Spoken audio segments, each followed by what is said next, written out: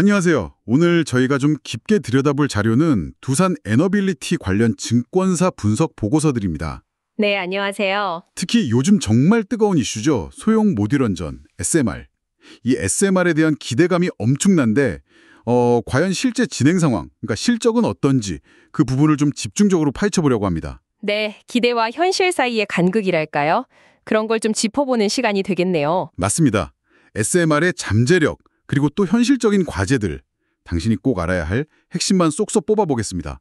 자, 그럼 바로 시작해볼까요? 네, 요즘 에너지 업계에서 SMR만큼 주목받는 것도 없는 것 같아요. 그렇죠. 거의 차세대 에너지의 핵심처럼 이야기가 되고 있죠. 보고서들을 보면 이 기대감이 정말 대단해요. 그 국제에너지기구 IEA 예측으로는 2050년까지 전 세계 SMR 설치 용량이 최대 200기가와트까지 갈 수도 있다. 이런 얘기까지 나오니까요. 네, 200기가와트면 정말 어마어마한 규모거든요. 그러니까요. 에너지 안보나 또 탄소 중립 목표 달성, 이걸 위한 어떤 확실한 대안으로 주목받는 분위기인 건 분명해요. 맞습니다. 아무래도 기존 대형 원전이 가지고 있던 여러 단점들, 건설 기간이 너무 길다거나 비용이 많이 든다거나 또 부지 선정도 어렵고 안전성 논란도 계속 있었잖아요. 네네. SMR이 이런 부분들을 좀 해결해 줄 수 있지 않을까 하는 기대가 큰 거죠. 두산 에너빌리티도 이런 흐름 속에서 뭔가 중요한 역할을 하려는 것 같고요. 그렇죠. 보고서에서도 그런 움직임이 잘 나타나 있던데요. 네, 자료들을 보면 그 뉴스케일 파워 또 엑스에너지, 테라파워 같은 해외의 주요 SMR 개발사들 있잖아요. 이 회사들하고 파트너십을 맺고 있어요. 여러 곳이랑요. 네. 목표는 아주 명확해 보입니다. SMR 핵심 기자재. 이걸 만드는 데 있어서는 우리가 최고가 되겠다. 약간 반도체 TSMC 같은 그런 위치를 노리는 거죠. 원전계의 TSMC라 포부가 대단하네요. 네, 그래서 그냥 협력만 하는 게 아니라 지분 투자도 하고 이러면서 미리 기자재 공급권을 확보하려고 상당히 애쓰는 모습이에요. 이게 좀 흥미로운 점이죠. 단순히 기술 개발에만 머무는 게 아니라 실제 시작을 선점하려는 구체적인 움직임이라는 거. 기대는 정말 큰데 그럼 실제 성과는 좀 어떤가요? 보고서를 보니까 마냥 장밋빛 전망만 있는 건 아닌 것 같던데요. 네, 맞아요. 그 부분이 이제 현실적인 측면이죠. 예를 들어서 뉴스케일 파워가 그 미국의 원자력 규제위원회 NRC라고 하죠. 네, NRC. 거기서 SMR 설계 승인을 받은 건 와, 이건 정말 대단한 성과예요. SMR 중에서는 최초니까요. 그건 정말 큰 진전이죠. 그렇죠. 근데 동시에 야심차게 추진했던 미국 아이다호 프로젝트가 있었는데 이게 결국 작년 말에 취소됐거든요. 경제성 문제 때문에. 그게 좀 찬물을 끼얹는 격이었죠. 네, 바로 그게 SMR 상용화까지는 아직 넘어야 할 산이 많다는 걸 그런 예시라고 할 수 있습니다.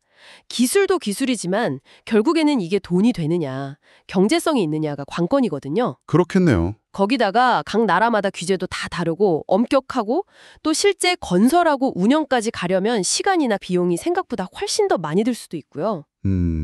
그럼에도 불구하고 계속 진행되는 프로젝트들도 있는 거죠? 네, 물론입니다. 보고서에서도 나오지만 뉴스케일 같은 경우 루마니아에서는 프로젝트가 계속 진행 중이고요.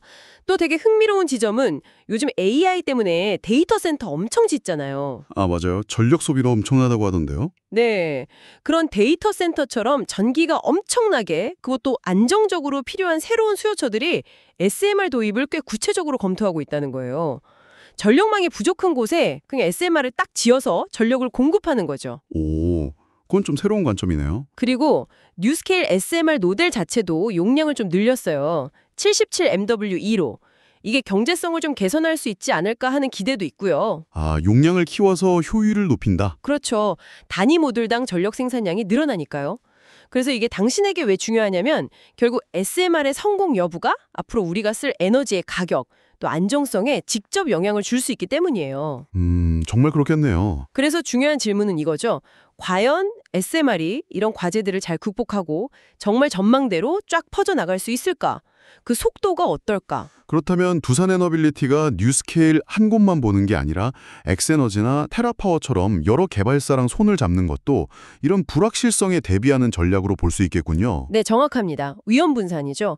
어떤 한 기술 개발이 좀 늦어질 수도 있고 그렇죠. 아니면 특정 국가 프로젝트가 갑자기 중단될 수도 있고 경쟁사가 더 빨리 치고 나올 수도 있고 정책이 바뀔 수도 있고 변수가 너무 많거든요. 하긴 그렇겠네요. 네, 그래서 보고서들도 두산의 이런 다각화된 파트너십 전략을 리스크 관리 차원에서 긍정적으로 보는 거죠. 일종의 포트폴리오 전략인 셈입니다. 아, 포트폴리오 전략. 네. 오늘 이렇게 쭉 이야기를 나눠보니 SMR을 둘러싼 기대와 현실이 좀 더 명확해지는 것 같습니다. 네, 정리하자면 SMR은 분명 미래 에너지 환경에서 중요한 역할을 할 잠재력이 크지만 경제성이나 규제 같은 현실적인 허들을 넘어야 한다.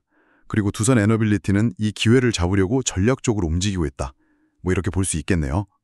자, 그럼 이 모든 게 우리에게 시사하는 바는 뭘까요? 결국 SMR의 미래는 속도에 달려 있다고 봅니다. 기술 개발, 규제 승인, 경제성 확보 이 세 가지를 얼마나 빨리 달성하느냐가 관건인데 보고서들을 봐도 아직은 그 속도에 대한 확신보다는 기회와 위험이 공존하고 있다는 걸 보여주는 것 같아요. 역시 속도가 문제군요. 네. 그래서 앞으로 SMR 관련 기술이 얼마나 빨리 발전하는지, 또 실제 건설 프로젝트들이 정말로 시작되는지 이런 것들을 계속 지켜봐야 합니다. 단순히 어떤 기업 주가가 오르냐 내리냐 이걸 넘어서 한번 이렇게 생각해 보시면 재밌을 거예요. 네. 어떻게요? 앞으로 한 5년 아니면 10년 안에 이 SMR의 성공 혹은 지연이 에너지 산업 전체 판도를 그리고 어쩌면 당신의 전기요금까지 어떻게 바꿔놓을 수 있을지 한번 상상해 보시는 거죠. 와, 그렇게 생각하니 정말 중요하게 느껴지네요. 네. 특히 주요 국가들의 규제 결정이라든지 첫 상용 프로젝트가 실제로 착공에 들어간다든지 하는 그런 구체적인 이정표들을 좀 눈여겨보시면 변화의 방향을 가늠하는 데 도움이 될 겁니다.